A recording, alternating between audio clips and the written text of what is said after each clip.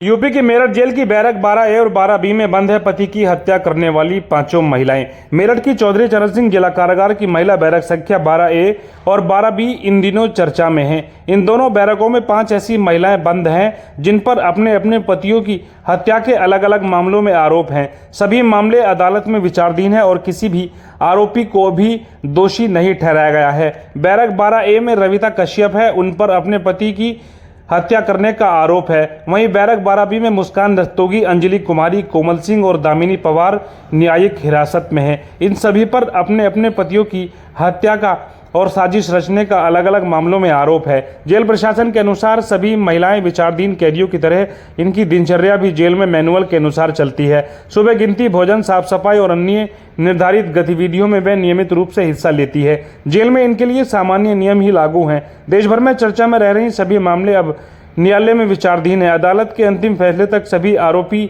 महिलाएं मेरठ जिला कारागार की महिला बैरक 12A और 12B में न्यायिक हिरासत में हैं। बैरक 12A और 12B चर्चाओं में है। इसमें कौन कौन बंद हैं, कौन कौन महिलाएं ऐसी हैं जिन पर आरोप है कि उन्होंने अपने प्रेमी के साथ मिलकर पतियों की हत्या की है? देखिए, जिला कारागार मेरठ पश्चिमी उत्तर प्रदेश की एक संवेदनशील जेल है और जो महिला एनक्लोजर है उसमें 2 बैरकें हैं जिनमें कि महिला बंदी बंद होती हैं। 63 महिला बंदी बंद हैं। उनमें ये संयोग की बात है कि 5 महिला बंदी ऐसी हैं जो कि पतियों की हत्या में बंद हैं। वो भी 4 महिलाएं 12B में और 1 12A में बंद है तथा जेल के नियमों के अनुसार, जेल मैनुअल के अनुसार अपना जीवन यापन करते हुए रह रही हैं। कि कौन कौन सी सर महिलाएं और जेल में इन्हें क्या कार्य मिला हुआ है, क्या कर रही हैं? देखिए, जेल में प्रत्येक महिला को प्रयास किया जाता है कुछ ना कुछ काम दिया जाए। तो जैसे कि जिस महिला के साथ बच्चे होते हैं उसको काम नहीं दिया जाता है, तो मुस्कान को कोई काम नहीं दिया गया। प्रारंभ में उसने सिलाई कढ़ाई की थी, वर्तमान में कोई कार्य नहीं कर रही।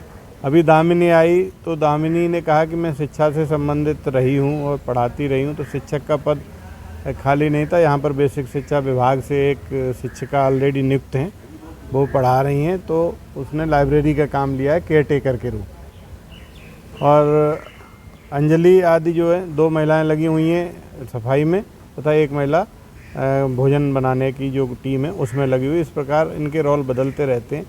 लेकिन जो महिलाएं कुछ ऐसा काम करना चाहती हैं जो कौशल विकास से संबंधित है, सिलाई कढ़ाई या योग और ध्यान से संबंधित है, वो नियमित रूप से अपना करती हैं। तथा सभी महिलाएं शाम को भजन संध्या और जो दिन में सुंदरकांड आदि का पाठ होता है उसमें शामिल होती हैं। जो बैरक, दोनों बैरक हैं 12A और 12B ने किस प्रकार से सर्विलांस किया जा रहा है?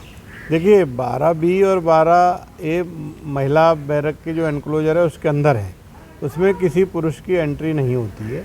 वो महिला बैरक पुरुष बैरकों से लगभग आधा किलोमीटर से ज़्यादा दूरी पर है। केवल महिला बंदी रक्षक और महिला डिप्टी जेलर्स की ड्यूटी रहती है। केवल जेलर या सुपरिंटेंडेंट के जाने पर ही कोई इसमें अंदर प्रवेश कर सकता है, अन्यथा केवल महिलाएं ही प्रवेश करती हैं, वही ड्यूटी पर रहती हैं।